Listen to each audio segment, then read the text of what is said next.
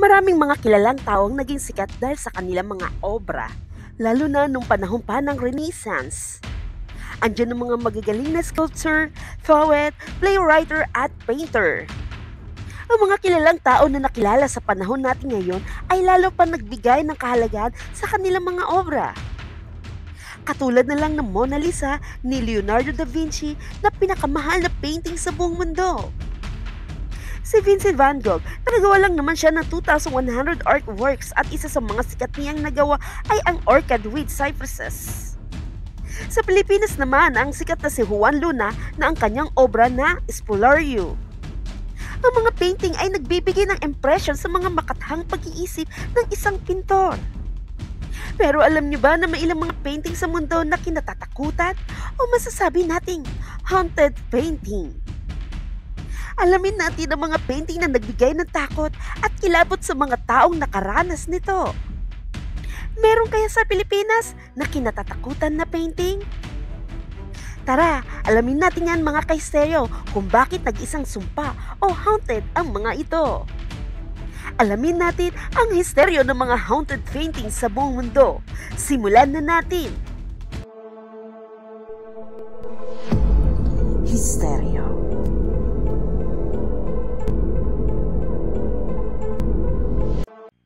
Unahin na natin sa ating listahan ang painting na The Englishman. Ang painting na ito ay pagmamay-ari ni Shane Robinson na taga Cambria sa England. Nakuha niya ang painting na ito dahil sa minana niya ito sa kanyang lola at nakaimbak lamang ito sa may attic nito. Ang painting na ito ay 25 taon na at hindi kilala kung sino ang may likha nito. Isang pangyayari na hindi niya inaasahan kasama ang kanyang asawa sa kanilang kwarto. Meron daw silang naririnig na iyak galing sa sulok ng kanilang kwarto. Nakakita sila ng isang dark figure na nakatayo sa ibaba ng higaan nila at nakatingin nito sa kanila. Nasa middle age na ang lalaki pero hindi nila naaninag ang itsura nito. Natatandaan na sinabi ng lola ni Shin na ang lumikha nito ay sinama sa pintura ang kanyang dugo at nagpakamatay. Nakuha ito ng kanyang lola sa isang kaibigan nito na inirigalo nito sa kanya. At ayaw sana tanggapin ng kanyang lola ang painting dahil naniniwala itong masama gumawa ng mga painting na may mukha. Kaya itinago ito sa storage ng attic. Marami nagsasabi na gawa lamang daw ito ni Shin dahil siya raw ay talaga ang may gawa nito. Pero maraming tao nang nakakaranas na kakaiba at miseryosong hiwagang meron dito. Tanong, naniniwala ka bang may curse ito o isa lang itong hoax? Kayo na po ang maghusga. Ang sumunod sa ating listahan ay ang The Rain Woman. Makikita mo pa lamang sa larawan na ito na merong kakaibang aura at napaka-misteryoso nito. Nilikha ito ni Svetlana Telets noong 1996 at isa sa mga artist sa Venezia sa bansang Ukraine. Sa 6 na buwan na pagpipinta niya ng The Rain Woman, nakakaramdam siya ng kakaibang presensya na parang laging merong nanonood sa kanya.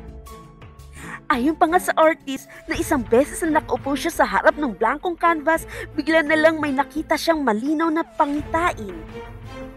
Bigla na lang kusang kumikilos ang kanyang mga kamay para gumuhit na parang merong kumukontrol sa kanya. 5 oras ang kanyang ginugol dito at pagkatapos sa 1 buwan parang mabuo ang buong detalye ng pinipinta niya. Hanggang nabuo nga niya ang painting ng The Rain Woman. Mula nang naipakita ito sa publiko, ang kanyang gawa ay nagsunod-sunod na ang mga bumili ng kanyang mga likha.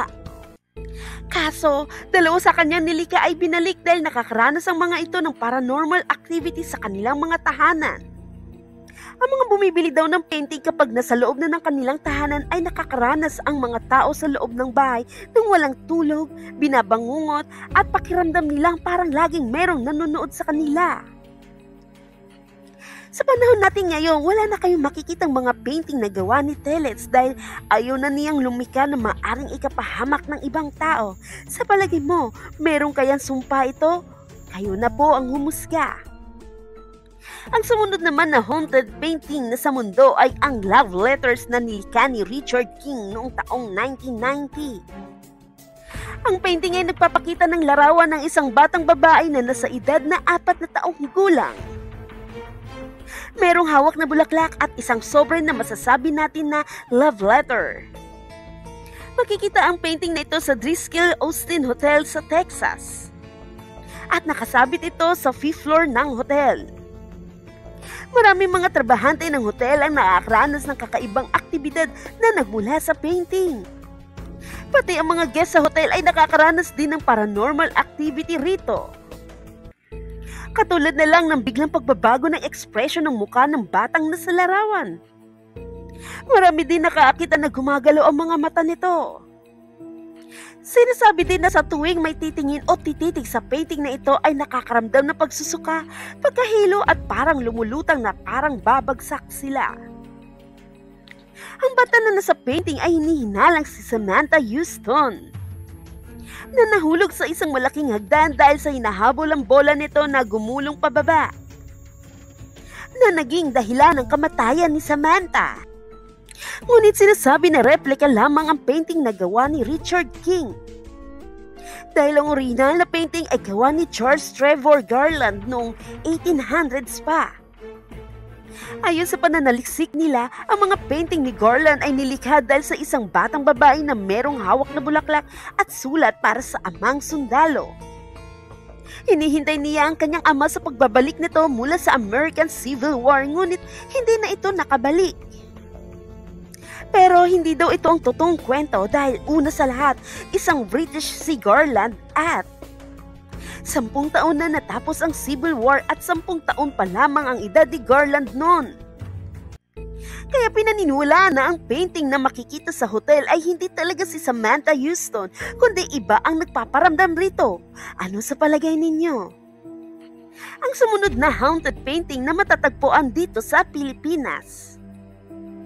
Ang isa sa mga sikat na painting ng ating bayani na si Juan Luna na pinamagatang Mi Novia o mas kilala sa tawag na Portrait of a Lady.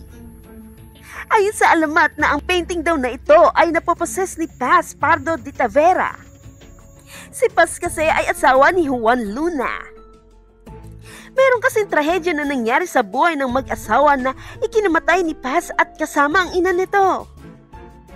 Dahil sa pagiging mainitin ang ulo ni Juan Luna at sa pagiging seloso nito, nangyari ang pagtatalo na naging dahilan na nabaril ang kanyang may bahay na si Paz at ang ina nito.